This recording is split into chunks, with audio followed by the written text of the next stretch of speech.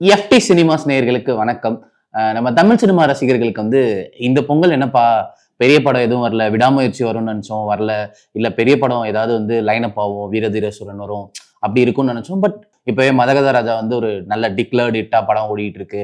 இன்னொரு பக்கம் மனங்கான் is doing good அப்படின்னு இருக்கும்போது, இதையெல்லாம் தாண்டி தமிழ் சினிமாவை ஒருத்தர் வந்து துபாய், அதாவது வந்து ஒரு ஒரு ஒரு ஒரு கண்ட்ரில இன்னொரு கண்ட்ரில போயிட்டு அவர் வந்து பெருமைப்படுத்தியிருக்காரு. நம்ம எல்லாருக்குமே தெரியும். ஏகே ரேசிங், அதாவது அஜித் குமார் ரேசிங் வந்து துபாய் 24 ஹவர்ஸ் இதுல வந்து ரேஸ்ல கலந்துட்டு இருந்தாங்க.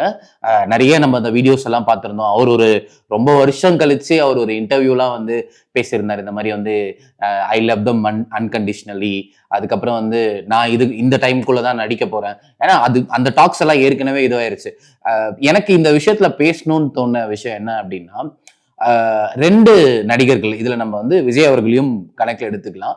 ரெண்டு உச்சபட்ச நடிகர்கள் அவங்க பிடிச்ச விஷயத்த செய்யணும் அப்படின்றதுக்காக வந்து அவங்களோட கெரியர்ல இருந்து அவர் ஒரு பிரேக்குன்னு சொல்ல முடியாது. ஒருத்தர் பிரேக்கே எடுக்கிறாரு, இன்னொருத்தர் வந்து நான் 6 மாசம் இதை பண்ணுவேன், 6 மாசம் அதை பண்ணுவேன் அப்படின்னு அந்த முடிவு பண்ற இடம் இருக்கு பாத்தீங்களா? அது வந்து உண்மையிலேயே வந்து ரொம்ப பெரிய விஷயமா நான் நினைக்கிறேன். ஏன்னா நம்ம நிறைய பேரோட லைஃப்ல நம்ம என்ன பண்ணணும், சரி இது எனக்கு பிடிக்கும், இதை நான் பண்ணணும்னு நினைக்கிறேன், ஆனா எப்ப பண்றதுன்னு எனக்கு தெரியல அப்படின்னு வந்து நம்ம நிறைய பேர் சொல்லுவோம். கேட்டா டைம் இல்லை அப்படின்னு. அஜித் அவர்களுக்கோ விஜய் அவர்களுக்கோ இருக்காத டைமா வந்து நமக்கு இருந்துற போது. ஸோ அது வந்து அவங்க எவ்வளவு அழகா பேலன்ஸ் பண்ணியிருக்காங்க பாத்தீங்களா? எனக்கு வந்து அந்த அஜித் குமார் ரேசிங் அவங்க தேர்ட் வந்தது, அவர் அந்த இந்தியன் பிளாக் எடுத்து பயங்கரமா வந்து இது பண்ணது, அவர் வெளியே ஓடி வந்தது, நிறைய வீடியோஸ் எல்லாம் வந்து சோசியல் மீடியால இருக்கு. என்னன்னா வந்து அவங்க டீமா வந்து ஒரு ஒரு மாதிரி கத்தி இது பண்றது, அதுக்கப்புறம் அந்த போடியம்ல வந்து அவரோட சன்னை வந்து அவரு ஏத்தி அவர்கிட்ட அந்த ட்ரோஃபி கொடுத்தது, எனக்கு எல்லாத்தையும் விட வந்து ரொம்ப ரொம்பவே அழகா எனக்கு ரொம்ப நாஸ்டாலஜிக்கா இருந்தது என்னன்னா, எனக்கு அமர்கலம் படம் வந்து ரொம்ப ரொம்ப பிடிக்கும். அதுல வந்து ஷாலினி அவர்கள் அஜித் அவர்களை பார்க்கறதெல்லாம் வந்து அவ்வளோ அழகா இருக்கும். நேத்து அந்த அந்த இது முடியும் போது அவர் வந்து அவங்க அவங்க வந்து அப்படியே ரசிச்சுட்டே இருப்பாங்க. எ கைஸ் ட்ரீம் அப்படின்னுவாங்க. அதாவது ஒரு ஒரு பையனோட ட்ரீம் என்னவா இருக்கும் அப்படின்னா, அவனுக்கு வந்து லைஃப்ல நிறைய சம்பாதிக்கணும், லைஃப்ல நிறைய விஷயங்கள் அச்சீவ் பண்ணணும். அதை விட வந்து சப்போர்ட்டிவான ஒரு ஒய்ஃப், அதையும் தாண்டி நம்மளை எப்பவுமே ரசிச்சுட்டே இருக்காங்க அப்படின்றதே ஒரு பெரிய போதை தானே. அவங்க பார்வையில வந்து 1000 அர்த்தங்கள் இருந்துச்சு. என்னன்னா, நீ நான் உன்னை ரசிச்சுட்டே இருப்பேன், எத்தனை வருஷம் ஆனாலும் நான் உன்னை ரசிச்சுட்டே இருப்பேன் அப்படின்ற அந்த ஒரு பார்வை இருக்குல்ல.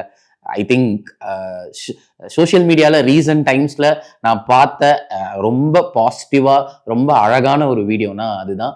அதுக்கப்புறமா வந்து அவரு நிறைய விஷயங்கள் அந்த இன்டர்வியூ மாதிரி ஒரு விஷயம் பேசும்போது சொல்லியிருந்தாரு, எல்லாரும் போய் படிங்க, நிறைய விஷயங்கள் செய்யுங்க, உங்க உங்க எல்லாரையும் எனக்கு ரொம்ப பிடிக்கும் அப்படின்னு சொல்லிட்டு. நல்ல நம்ம எல்லாருக்குமே தெரியும் அஜித் அவர்கள் குவைட் ஆஃப்டனா இன்டர்வியூவே தரமாட்டாரு. கிட்டத்தட்ட பில்லா வரும்போது கடைசியா அவர் இன்னொரு இன்டர்வியூ கொடுத்திருந்தாரு. அதுக்கப்புறம் பிரஸ் அவர் மீட் பண்றதே கிடையாது. எதுவாக இருந்தாலும் அவரோட பிஆர்ஓ சுரேஷ் சந்திரா அவர்கள் மூலியமா தான் வந்து அவரோட ட்விட்டர்ல ஷேர் பண்ணுவாங்க. அபிஷியலா அது அவரு ஷேர் பண்ற மாதிரி தான் கணக்குன்னு வச்சுக்கலாமே. ஸோ இப்படி இருக்கும்போது அந்த அவரோட அந்த குழந்தைத்தனமான நிறைய விஷயங்களை இந்த ரேசிங்ல வந்து, அதாவது ஏகே ஃபேன்ஸை வந்து பயங்கரமா ட்ரோல் பண்ணிட்டு இருந்தாங்க. என்னன்னா படம் வரல, அது என்ன சொல்றது, விடாமுயற்சி வருமான்னு தெரியாது, இந்த நீங்க விட்டுருந்தா இந்த படம் வந்திருக்கும், அஜித் அவர்களுக்கே வந்து என்னடா இது நியூ இயர், அதுவும் நியூ இயர் அன்னைக்கு நைட் வந்து இந்த மாதிரி ஒரு நியூஸை விட்டுட்டோமே அப்படின்னு சொல்லிட்டு அவங்களுக்குள்ளேயும் நிறைய கவலை எல்லாம் இருந்திருக்கலாம். பட் வந்து ஒரு பொங்கல் வந்து இந்த தடவை தலை பொங்கலா மாத்திட்டாங்க. ஏன்னா பயங்கர பாசிட்டிவா இருக்கு. நான் ஒரு சோசியல் மீடியா பேஜ் பார்த்திருந்தேன், தளபதி லவர்ஸ் அப்படின்னு சொல்லிட்டு. அவங்க வந்து ஒரு போஸ்ட் ஷேர் பண்ணியிருந்தாங்க. எனக்கு அந்த போஸ்ட் வந்து ரொம்பவே வந்து ஆரோக்கியமா இருந்தது. என்னன்னா வந்து we proud of you AK அப்படின்னு சொல்லி போட்டு அந்த ஸ்போர்ட்ஸ் அந்த வின் பண்ண போட்டோஸை போட்டிருந்தாங்க.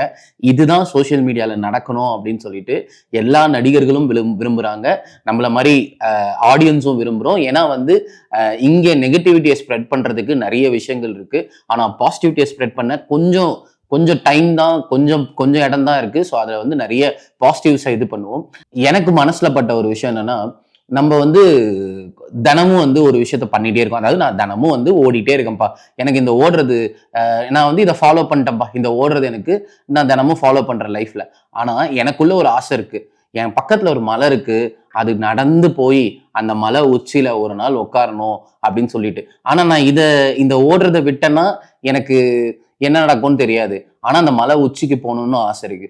ஆனா அந்த மலை உச்சிக்கு நான் போகணுன்ற ஒரு முடிவை எடுத்து நான் ஓடுறத நிறுத்திட்டு அந்த மலை உச்சிக்கு நான் போய் உட்கார்றது இருக்கு பாத்தீங்களா, அதை விட மன நிம்மதி எதுவுமே கிடையாது. இன்னைக்கு ஏகே அவர் வந்து எத்தனை சினிமாக்கள் கிட்டத்தட்ட ஒரு 63 64 படங்கள் பண்ணதெல்லாம் வந்து விஷயமே கிடையாது. இன்னைக்கு அவருக்கு பிடிச்ச ஒரு விஷயத்துல வந்து சாதிச்சுட்டு நிக்கிறார் பாத்தீங்களா.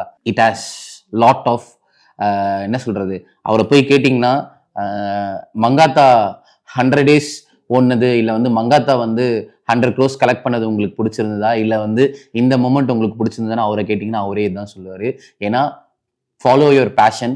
பேஷனை நீங்க ஃபாலோ பண்ணி அதுல சின்னதா ஜெயிக்கும் போது கூட வந்து நமக்கு நிறைய விஷயங்கள் இதுபடும். அவரோட இன்டர்வியூல எனக்கு பிடிச்ச இன்னொரு பாயிண்ட் என்னன்னா, அதாவது வந்து நீங்க ஒரு விஷயத்துக்கு ஓடிட்டே இருங்க, நீங்க தோத்துட்டாலும் வந்து விட்டுறாதீங்க அப்படின்னு சொல்லிட்டு. So don't ever give up on anything. Choose your path, choose your way. அதுல போயிட்டே இருங்க. என்னைக்காவது ஒரு நாள் your destination will come. Thank you.